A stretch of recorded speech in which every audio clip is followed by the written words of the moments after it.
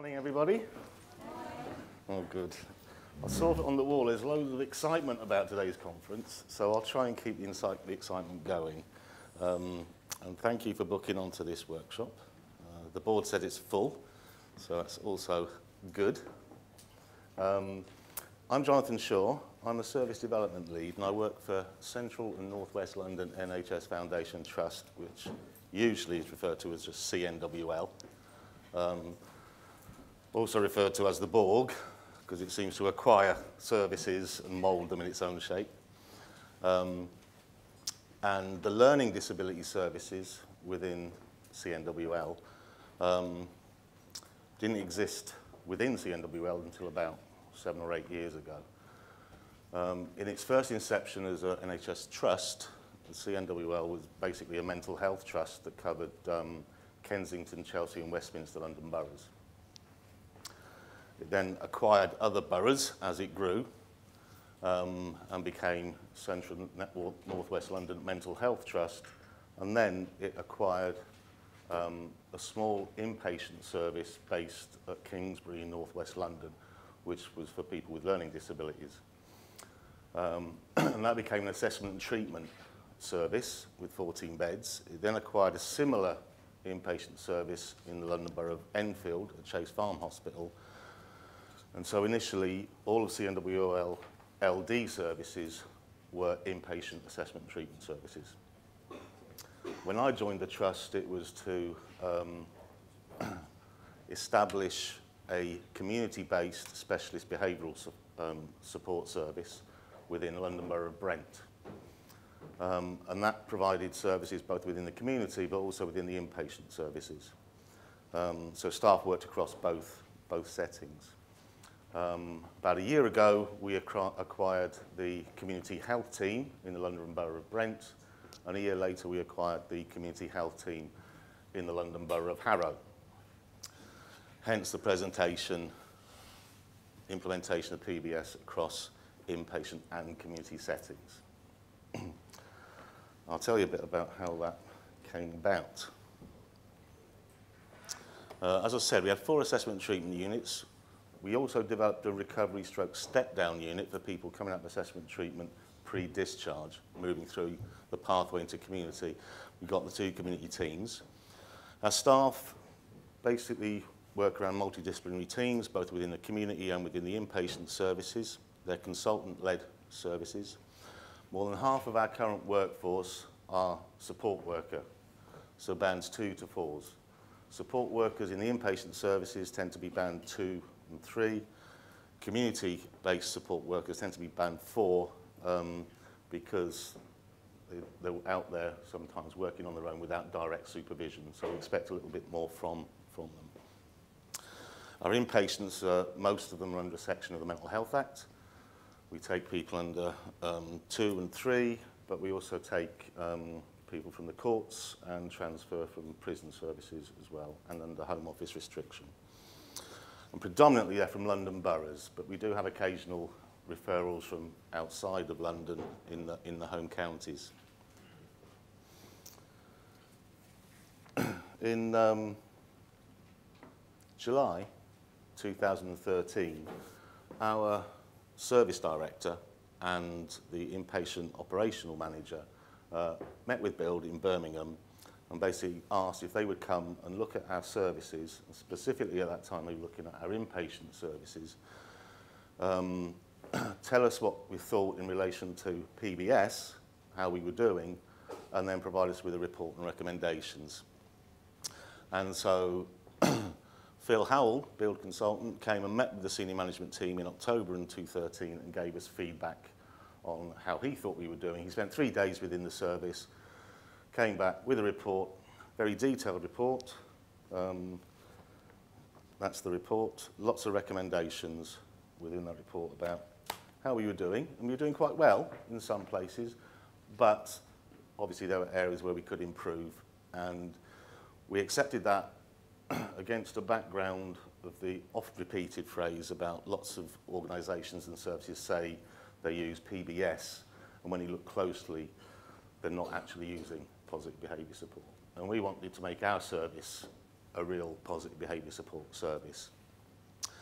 And it was at that meeting when he gave the feedback and talked about his recommendations that the service director said, okay, sounds like a project, the implementation of all these recommendations.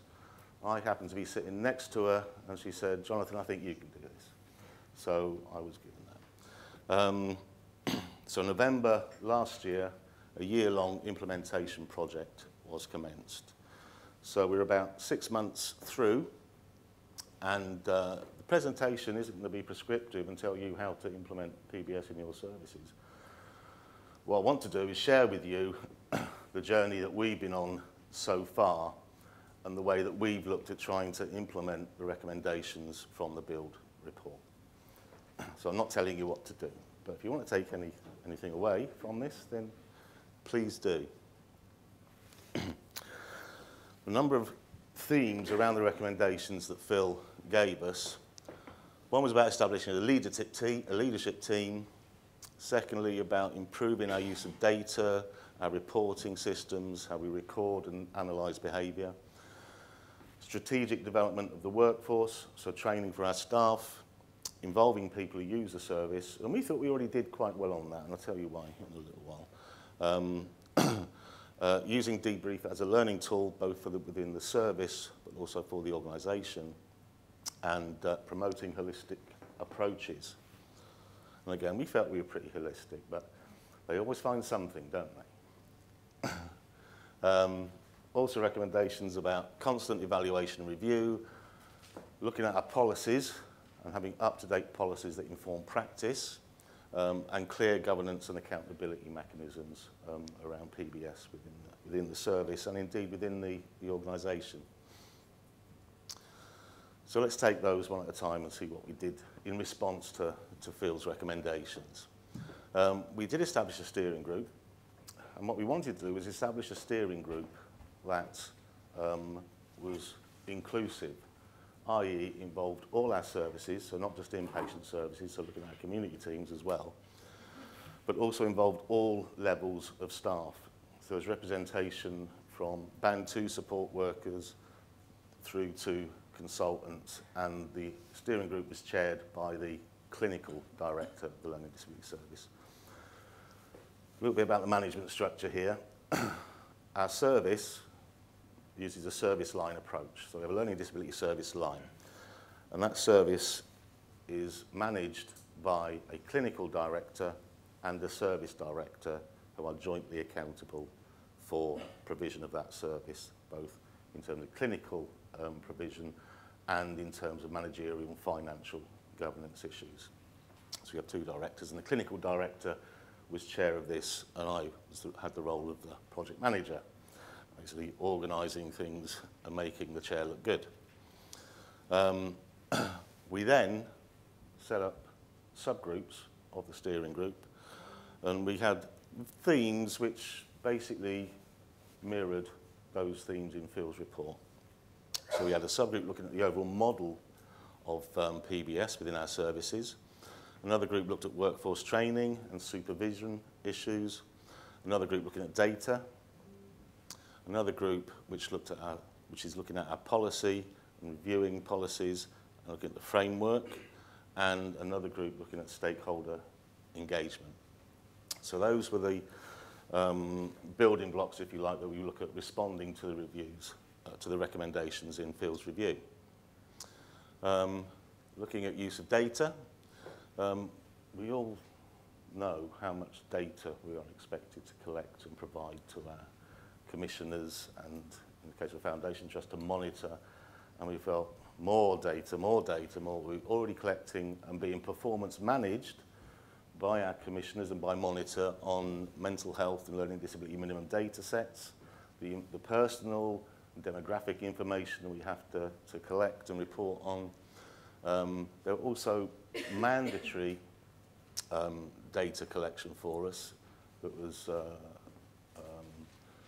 organisational led, but which we also reported on to our commissioners, and they were things like every person that comes into our services receives an initial health and social care assessment. Everybody has a HONOS LD. I don't know if you use HONOS LD in your services at all, but we use that when somebody comes into the service, and then again, usually at CPA, if they're on CPA, or at point of discharge, so you've got comparison. It can be used as a clinical outcome indicator, but it seems that what we were reporting was just that we'd done one, and we'd done another one on discharge. And risk assessment and risk management and contingency plans around risk.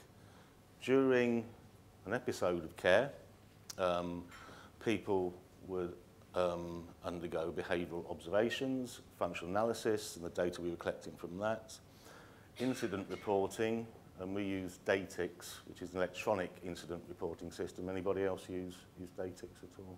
Yeah, some people do. Which can, when we originally had it, it wasn't generating the data that we wanted it to generate, but they have improved by giving feedback from us about what we want to report. And in terms of incidents where we're using restrictive practices, that gets reported at board level and to our commissioners as well. Commissioners are becoming more and more interested in whether we're reducing our restrictive practices. And just an aside, within the Learning Disability Service, we had a very high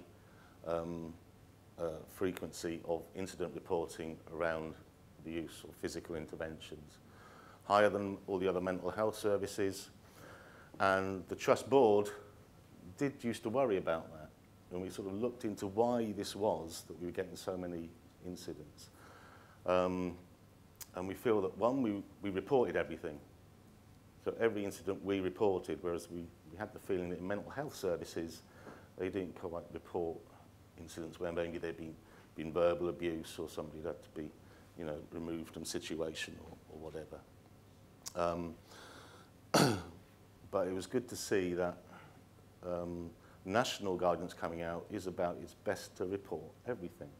And we're getting more and more detailed around what we record if we do use restrictive practices.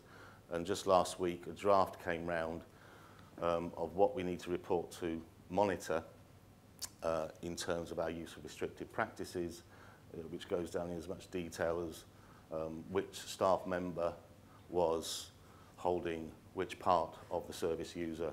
If there's more than one staff member, who had the left arm, who had the right arm, those sorts of things. So much more detailed reporting coming out. And we're taking that on board and we're doing that. Debriefing, we had a system for debrief in place. And I have to say that prior to the report, we didn't really have involvement of the person being restrained as part of that debrief. They were able to talk about it in their one-to-ones with their named nurses, for example, but weren't included in the debriefing that we had, structure that we had in place. It seems a separate thing. And so we're trying to improve on that and including people within the who are using the service in debriefs. Assessments and care plans, you can have a nursing assessment, speech and language therapy assessment, you've got the psychologist will be going in possibly. The doctors will be making decisions about possible medication, those sorts of things. So lots of data around assessments and care plans, multidisciplinary, and CPAs. Everybody who's in our inpatient service is under CPA, and probably about 40 to 50% of the people that our behavioural service sees in the community are also under CPA. Because they're very complex, multi-agency, multi-professional input, complex cases, we use CPA as well.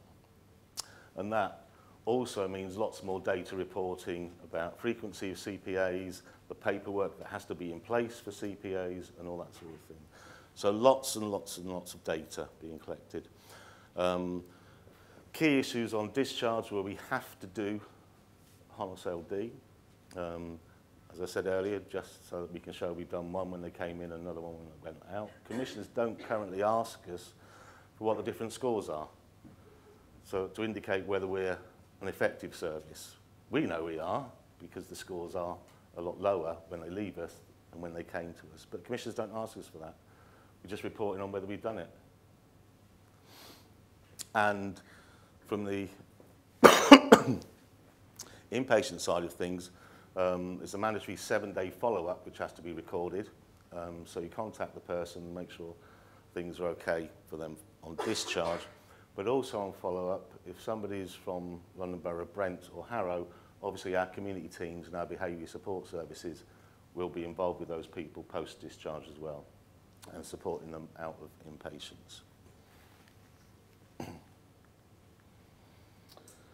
terms of workforce development,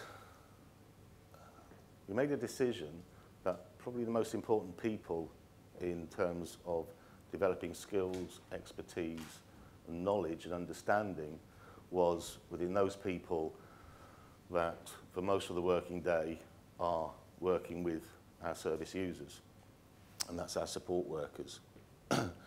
So frontline staff receive priority in terms of training. I'll talk a bit more about their training in a minute.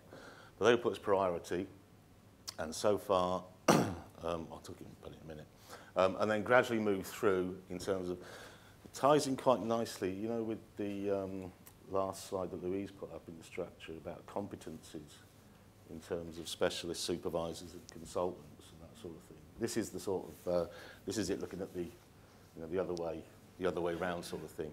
So each of those areas are going to need particular skills and competencies in order to support the frontline staff who will be doing most of the hands-on work, doing most of the observations and recordings, the feedback, that sort of thing. I think both Build and the CQC, when they came and inspected our services, noticed a bit of what was referred to as a disconnect between the multidisciplinary team, the qualified professionals within the service, and what the frontline staff were doing. And that's not to say that we had excellent reports from the CQC, but there was this sort of disconnect. And it was noticeable as well when I started doing the training for frontline staff that they felt this as well.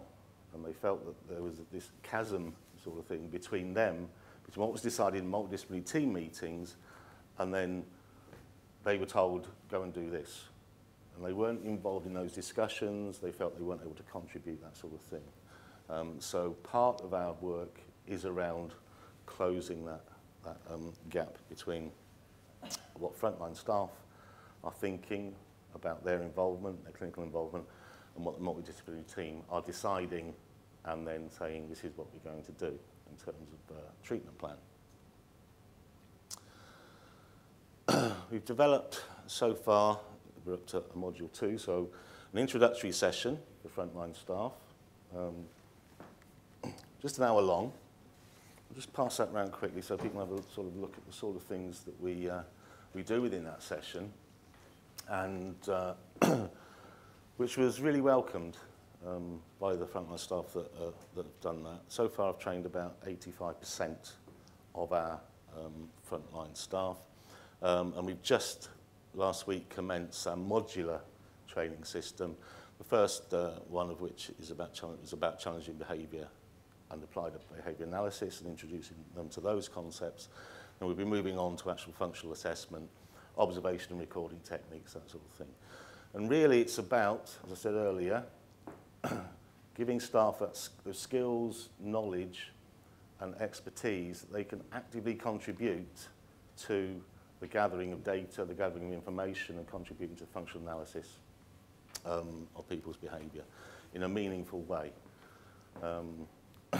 And hopefully our multidisciplinary team will understand that staff now have these skills and they have a valid voice in terms of discussion around clinical approaches and functional interventions. This is an exercise within that introductory session that I think had the most impact on our support workers.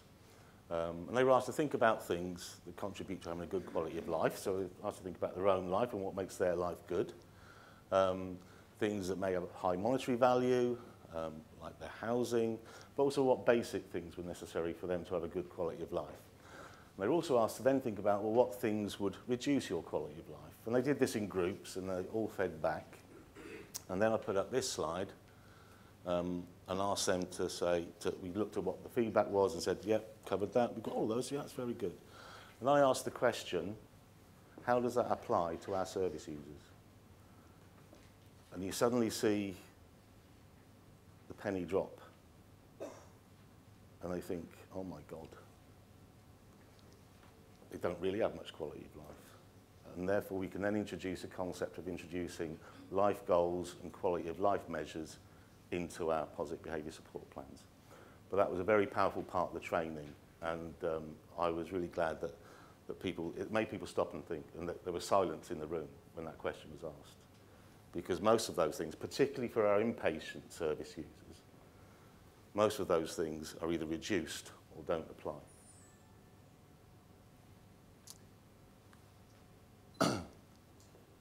So, okay, so far, 85% of frontline staff have received the introductory session, and we've started the first module. The evaluation forms that they were given for the introductory sessions was rated good to excellent. Comments were, we need more of this, more please. Yes, this is definitely what we need, which was good to see. More training. One of the interesting things that came out is that non-clinical staff, because they knew this training was going on, because I was booking the room and having all these sessions going on, people going in, but non-clinical staff came and said to me, can we have some training on this as well? Not just admin staff, it was things like housekeeping staff, domestic assistants, you know, kitchen staff, porters, that sort of thing. And that, I thought, was really great, because that's going to help build up a whole service of ethos around positive behaviour support. And the non-clinical staff are going to understand what the clinical staff are doing. So you have a domestic assistant on the ward, and she understands what the staff are doing around her. And she understands why she might be asked to respond in a certain way to a service user. Yeah? So that was good. And we have a care quality management system within the trust. And the care quality management team for the service line is a standing agenda item of that. So I report regularly back to that care quality management team. And then through the system, that's reported through the trust and our care quality management. So it's clinical governance issues reported through that process. Involvement of service users and carers. I'm doing for time. You've got 10 minutes. Okay, great. We already had within the inpatient service a regular Speak Up forum in which service users could meet and discuss the service they were receiving, the care they were receiving, the activities that were available to them, those sorts of things. And then a representative from the service user, supported by a member of staff who facilitated the forum, would actually attend the care quality management meeting on a monthly basis and feed back some of the issues. A lot of the time, the issues that come up was the food. And the other thing that comes up quite often is, can we have outings? You know? The current one is they want to go to Brighton for the day.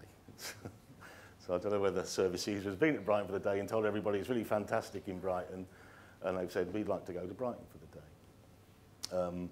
And the management team has to respond to those requests.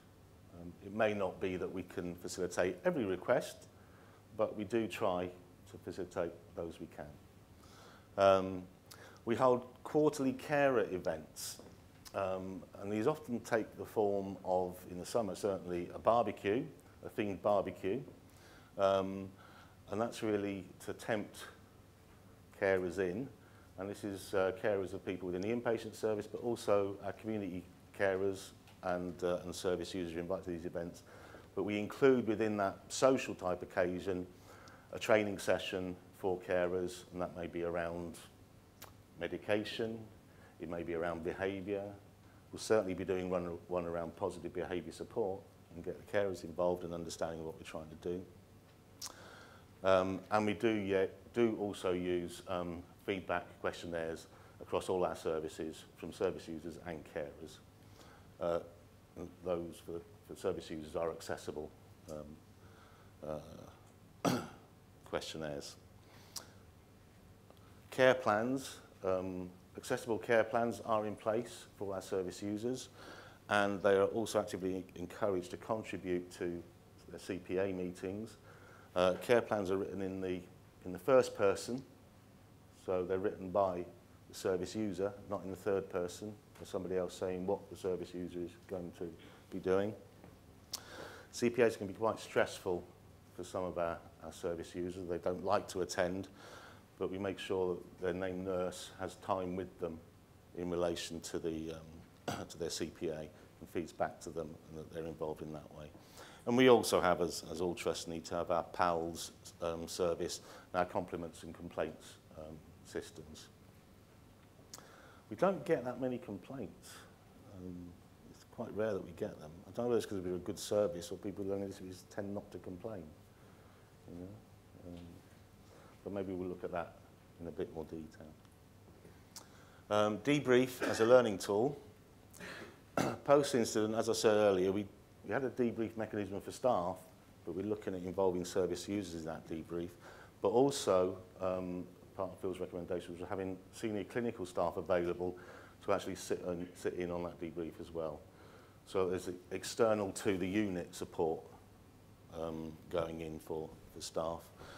We do have monthly reflective practice sessions, and these might revolve around a presentation. It may be around a particular service user. It may be around a particular incident. And then there's general discussion about how can we learn from that, what can we do next time. And we're also making debriefing around restricted practices a mandatory element within our supervision and appraisal process as well. So there's plenty of opportunities to look at what's happening and learn from those things. And in terms of reporting, as I said, we use Datix, and that's getting better and better about providing us with information. It's still not spot on in terms of what we might like it to do in relation to positive behaviour support. But as I say, they are improving it in response to what we're telling the Datix people that we want.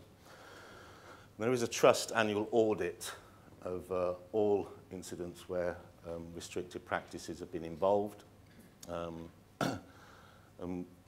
We've actually done that prior to the introduction of Datix. It used to be a manual process and it used to take ages to go through the year's incident reports on the big yellow IR1 sheets. NHS people might remember them.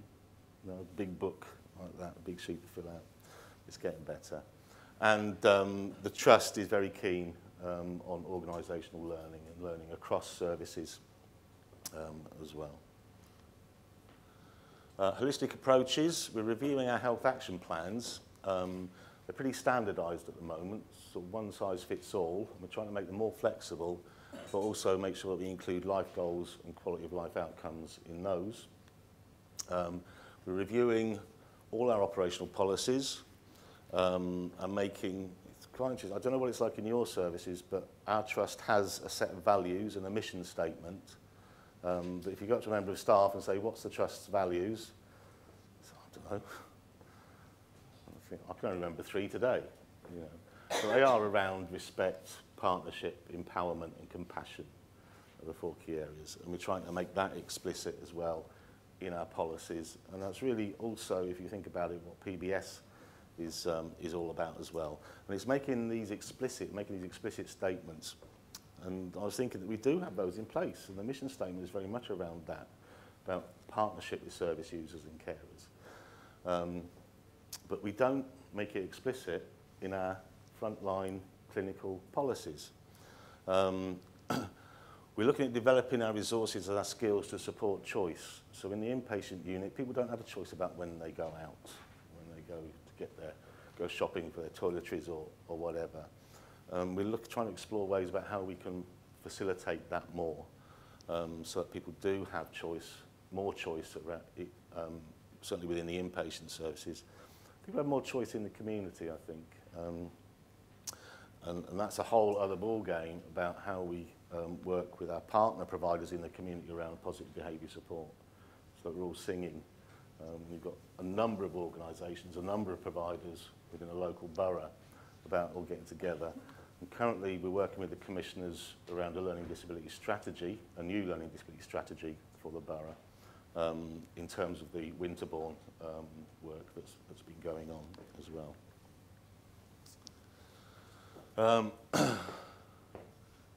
As I mentioned earlier, we've got new guidance has come through on how we record and report on restrictive practices, much more detail, much more specific data, providing training for staff on reporting and recording incidents. We're going to share incident summaries and the analysis more widely. So as I said, it's sort of reported the care quality management team, and we do have a care quality inpatient and care quality community service, but we don't really share that stuff with our frontline staff. It's available to them, but they have to go and seek out the minutes of the meeting and look it up. But maybe you should be actively sharing more with our staff and giving them feedback about what's going on in their services. And being more open with individuals, with service users, about what we're recording about them. Letting them know that this is what we're recording and why we're recording it, so that they are aware of what's going on and, again, more involved. And may make suggestions about what else we can record. Policy being up to date, one of the things that Phil pulled out in his report was that the Trust's prevention and management of violence and aggression policy was pretty outdated, which it was. We never thought it actually really applied to our services very well. It's very much a mental health type document, and we developed a local one. So we were moving away from that, but Phil said, scrap it. And basically, we've done that. That's been replaced now. But I was also asked to introduce what's now being called a Reducing Restrictive Practices Assurance document. And this basically describes how within the service, from staff perspective, so induction and ongoing development, how we are assuring that we are looking at reducing restrictive practices. So it summarises everything that we do with that aim in place. And that came about because commissioners asked us, as I said earlier, commissioners are asking about incident frequency and that sort of thing. And they asked us to say, they said to us, well, how can you assure us that this is what you're doing? So that's what's being put together. And that, a big chunk of that is around positive behaviour support and the work we're doing on that. We're reviewing and developing our positive behaviour support plans, again to include quality of life outcomes and life goals. PBS is now integral at staff induction and through continuing professional development, so through supervision and through appraisal and identified personal development objectives. And we have mandatory risk assessment and management training for all staff within the service. Governance and accountability issues. PBS is a standing agenda item at care quality management meetings. I have to report on a monthly basis to the care quality team, management team. We have PBS champions. We've identified frontline staff, PBS champions, and these were the people that were actively throwing themselves forward for additional training after the introductory sessions. But we have PBS champion at trust board level, so the Director of Nursing is a PBS champion in the service. And we're currently just about to get involved with some work Department of Health are doing around training and development of the workforce with Ben Thomas, and he's setting up a steering group at Department of Health. And we're developing a periodic service review so that we can assess how well we're doing against PBS objectives. Difficulties that we've had.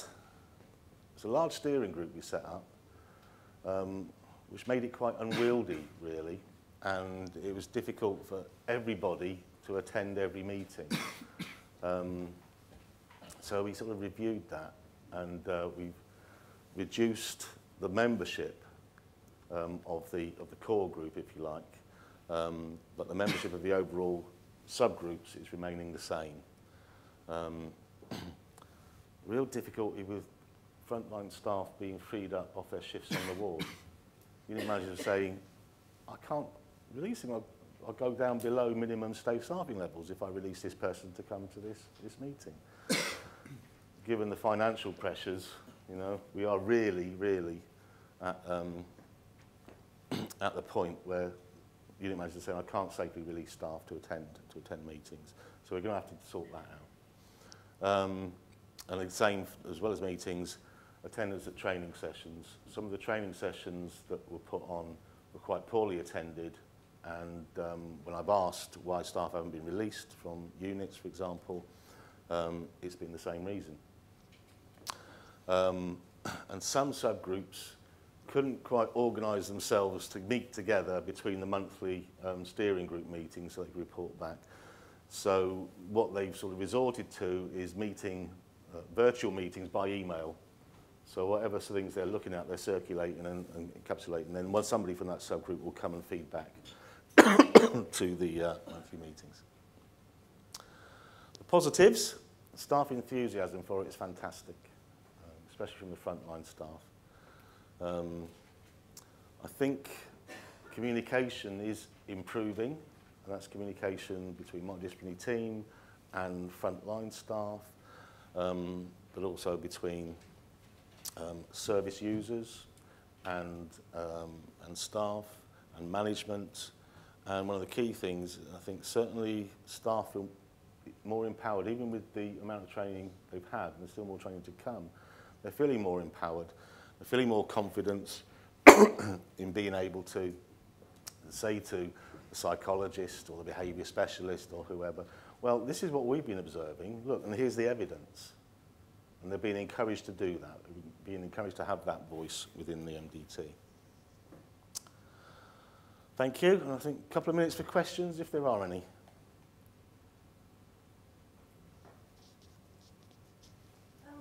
You talked about working in partnership. Do you actually use family carers or people with disabilities in your training? Yes, I have a co-trainer, who's my special co-trainer, Maxine, who is a service user. I don't have a co-trainer who's a carer at the moment, but we have two people that we actually employ, service users that we employ to provide us with support, not just around training, but for example, during Learning Disability Week last week, we had service users supporting us on manning stalls around the my first whatever sort of themes and encouraging people to tell us what their first jobs were, for example, that sort of thing. Maxine works with me in terms of trust induction. We do learning disability awareness workshops together, and she's my recruitment consultant as well, so she sits in on recruitment within the service when we're recruiting staff. So yes, we do actively involve because we got one that's actually today is at Trust headquarters, and he's sitting on a Deloitte, who are external consultants looking at our governance arrangements within the Trust, and he's sitting on a focus group as a service user at Trust there. So we do. I think we're pretty good at involving service users and carers as much as we can. One thing about carers is we hold the carer events, sometimes we'll get one carer turn up, you know? We still keep trying. Maybe ask carers what they want. We've done that, yeah. And we get lots of, because we send out invitations, and we get lots of yeses, but then on the day, it doesn't happen. But we'll keep trying. Thank you very much, Jonathan. Thank you.